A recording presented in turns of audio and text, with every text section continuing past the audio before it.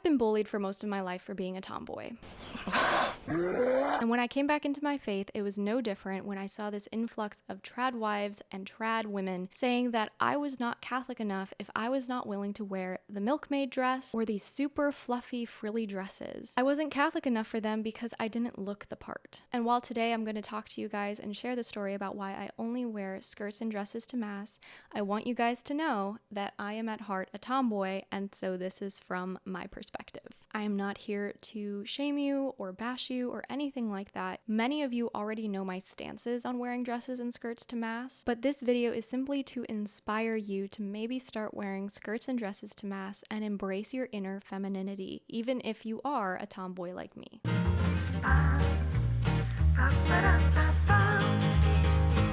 Growing up, I went to the traditional Latin Mass and the Novus Ordo. I would veil and wear dresses to Mass on Sunday, but I absolutely despised it. All right, let's tell each other a secret about ourselves. I'm gonna go first. I hate you. So my mom had an uphill battle every single Sunday with me where she would pick out a dress and I would just have a whole fit about it. Or I'd just pretend to be sick. I can't go out. I'm sick. One of the two, but it was the first one. I was the tomboy of the family, okay? I hated dresses. I loved the color pink though, so do with that what you will. I had tons of pink shirts. I hated everything about dresses and skirts and these shiny shoes that gave me blisters. And when I look back on it, I'm like, yeah, no wonder I didn't like dresses. Like most of them were really itchy and uncomfortable and things like that. But to me, as a kid, anything that got in the way of me climbing trees, going in the creek, playing tag, bike riding, riding horses, anything like that, I didn't want to wear it because those were my priorities. I wanted to be able to play with the other kids, climb a tree to get away from capture the flag. Like, I wanted to be able to participate. And whenever I wore dresses, I either wasn't allowed because, well, first of all, they'd get dirty, or I couldn't because it was a dress. So yeah, you could probably see how this was a battle for my mom trying to get me dressed in dresses. Now, there were like one or two dresses I would like that were pretty plain and maybe just like a little above the knees so that I could still run and they wouldn't, I wouldn't trip over them or anything. I loved skirts because it was basically just shorts but looked like a skirt.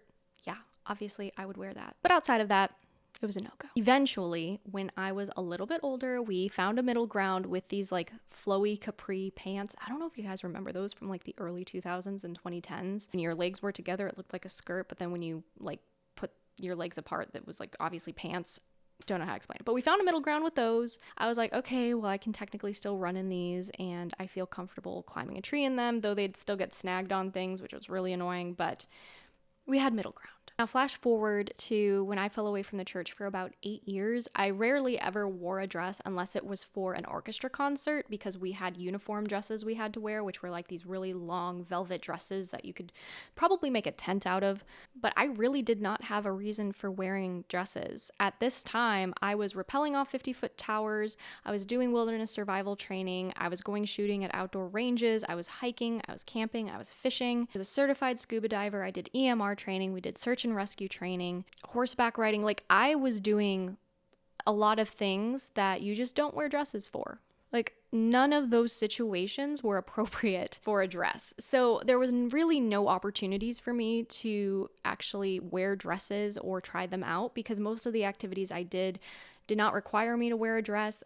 And honestly, it would have been really dangerous had I worn a dress. Because I'm just saying, if that dress got snagged on something, I'm just like dead. So the whole reason I'm trying to give you guys this background is because I want to share with you guys how I did not have a good relationship with dresses or skirts. I really did prefer pants, and luckily my parents were not insane like some parents these days. So here is my transgender baby.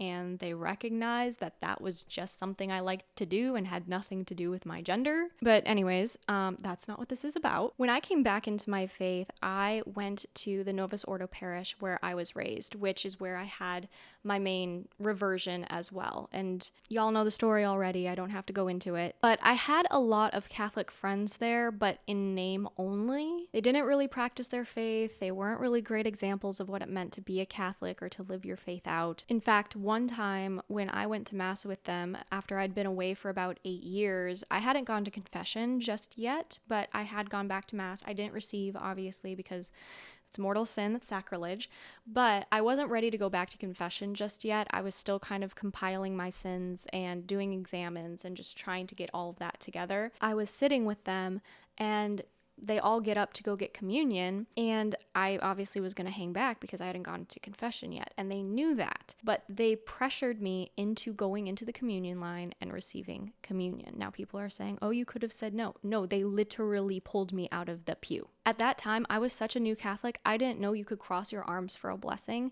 so unfortunately I did receive unworthily, and that really, really bothered me, among a bunch of other things that have happened that I've already talked about on this channel. But that was something I've never mentioned before on this channel that also happened at that parish, and now you guys can add that one to the list. And for those who don't know, I'll give you guys a quick rundown. There was a man who thought he was a woman. This man, even though I had no idea that he was a man, I thought it was just more of a muscular woman because I didn't know any better. I was a baby Catholic. Transgenderism wasn't really that infiltrated in my life, so I didn't know what it was. Anyways, this man was allowed to shower in the girls' shower quarters and sleep in the girls' cabin quarters, and it was really messed up. It also really sucked because I was also very close with this person, and I had no idea. Then there was that other incident where I was told we were going to go meditate with monks, and in my little baby Catholic brain, I thought it was Benedictine monks or something like that. Nope. Buddhist monks. And I was once again mortified and scandalized. So, was not the vibe. But before we continue, really quick, I want to tell you guys about my Patreon. If you're enjoying this video, then please consider joining my behind the scenes community over on Patreon. On my Patreon, you'll be able to see full versions of videos, including this one, as well as ad-free and censor-free content, with other perks, of course, as well. If you would like to support this ministry, but you don't want to become a Patreon supporter, I understand. If you want to make a one-time donation on my website at thereligioushippie.com, that is greatly appreciated. And if you can't donate, I completely understand, but please like, subscribe, and ring that notification bell so you know when I upload videos. And despite the fact I was a baby Catholic, I still knew that these things were wrong, and I couldn't tell you why, but my moral compass was still working somehow despite the fact I was away for 8 years. I just knew that certain things were wrong, and because of that, I was like, I gotta leave, I'm out, I can't do this. And that is what caused me to look into my childhood parish, where I was confirmed and I got my first Holy Communion, which is St. John Cantius. Keep in mind, at this time, I didn't know anything about the traditional Latin Mass versus Novus Ordo versus whatever. I was not involved in any of that at this time. I was very much so new. I hadn't even started posting about my faith online yet. This was all very much so the first month of me coming back into my faith. But I just knew that I wanted reverence, and I wanted to be around people who believed that the Eucharist was truly Christ, was truly the body, blood, soul, and divinity of Jesus Christ, and I wanted them to act like it. And I found that at Cantius. And Cantius has one of the most beautiful Novus Ordos I have ever been to in my life. And my husband and I attended that for probably a good year or year and a half. I often went to the 7:30 a.m. Low Mass, which was a traditional Latin Mass, but we also went to the 9 a.m. English Mass or the 11 o'clock Latin Novus Ordo. We went to all of them. So this isn't about us being anti-Novus Ordo or anything like that, but there is a stereotype for a reason. And I do want to say that things have supposedly changed at that Novus Ordo parish. They got in a new priest, some new leaders, etc. And from what I've heard now, it's actually revamped and is better now, so that's awesome. But yeah, I went back to St. John Cantius, and the space itself is so beautiful and reverent that it demands people to act in a way that is appropriate for the space, and I loved that about Cantius. And the more I went, the more I started observing the women who went there and what they would wear, how they would wear it, what was the appropriate style, because I wanted to make sure that I was dressing appropriately for the occasion and I wasn't, being disrespectful, even if it was unintentional. And the more that I looked, the more that I saw they were wearing dresses and skirts and veils, basically everything from my childhood that I despised. But I decided it was time to grow up because this is for God, not for me, and it's not about me.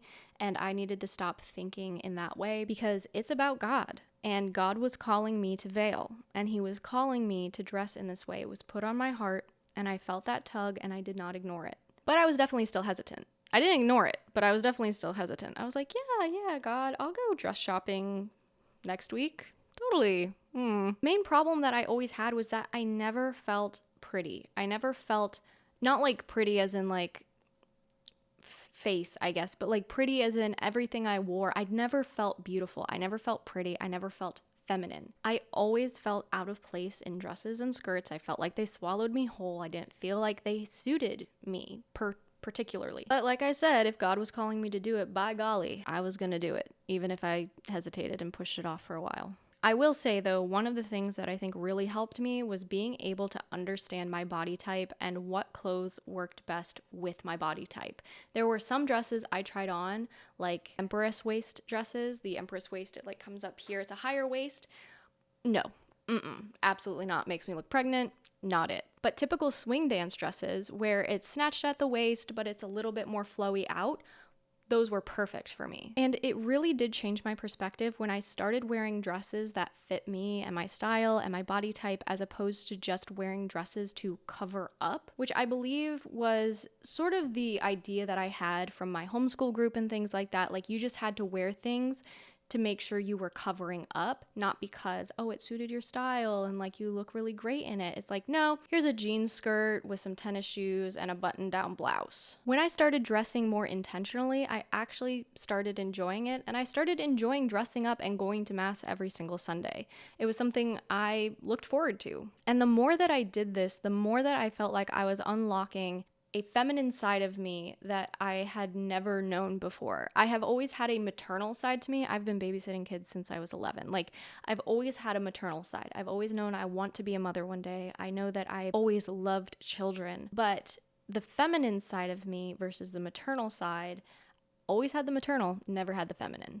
And I even saw how embracing this new femininity that I discovered actually impacted the girls I babysat. I started wearing skirts, and I saw how it started affecting the girls that I would babysit. They also wanted to wear skirts. I'd pick up the youngest and I'd twirl her around with my skirt, and she saw how it flew out and she thought that was so cool. And then they started copying me because, well, they looked up to me in a lot of ways, and they wanted to dress like me, and they wanted their hair like me and everything like that. So I was able to help them in their femininity journey by just giving them an example of what it looks like to be feminine, but also you can be a tomboy. Like, there's nothing wrong with that, because femininity comes in so many different shapes and sizes. It's not a one size fits all, and you can't squish me into a box with trad wives, because that's not me. I'm not going to pretend to be somebody I'm not just to get clicks and views or to feel like I belong. That's not what I'm about at all. So I just saw this ripple effect that it was having, and I thought that was really cool. And I started viewing Mass as the glorious and mysterious occasion that it really is. And I really wanted my attire to reflect that. You know, this isn't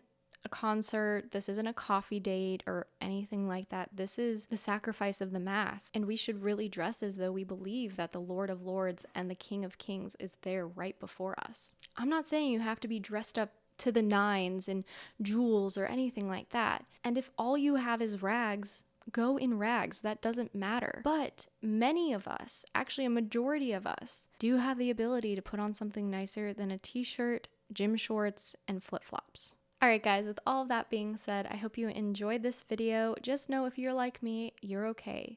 You're not any less of a Catholic woman because you like to do earthy things outside, you like to climb trees, anything like that. Don't feel like you have to be shoved in a box. Talk to you guys next time. Bye! This video was brought to you guys by my patrons over on Patreon. Thank you so much to everyone over on Patreon for helping with this ministry. I could not do this work without you guys. I would specifically love to thank Jude Crew Plus. And I would personally like to thank Jesuati, Dan Nuns, Sabrina, James Bell, Father Carr, George Gregory, Winona Dubrova, Oliver Waite, Andrew Pulowski, Alex R., James, Jarrell de Guzman, Michael, Paul Donovan, Christopher Woodside, Michael Martin, Kevin Ashbrook, DJ Hawk, Jason, and Cody. Thank you so much for all of your guys' support. You're the reason this ministry is able to continue, so I could not do this without you guys. Thank you so much. Alright guys, with all that being said, I'll talk to you guys in the next video. Bye!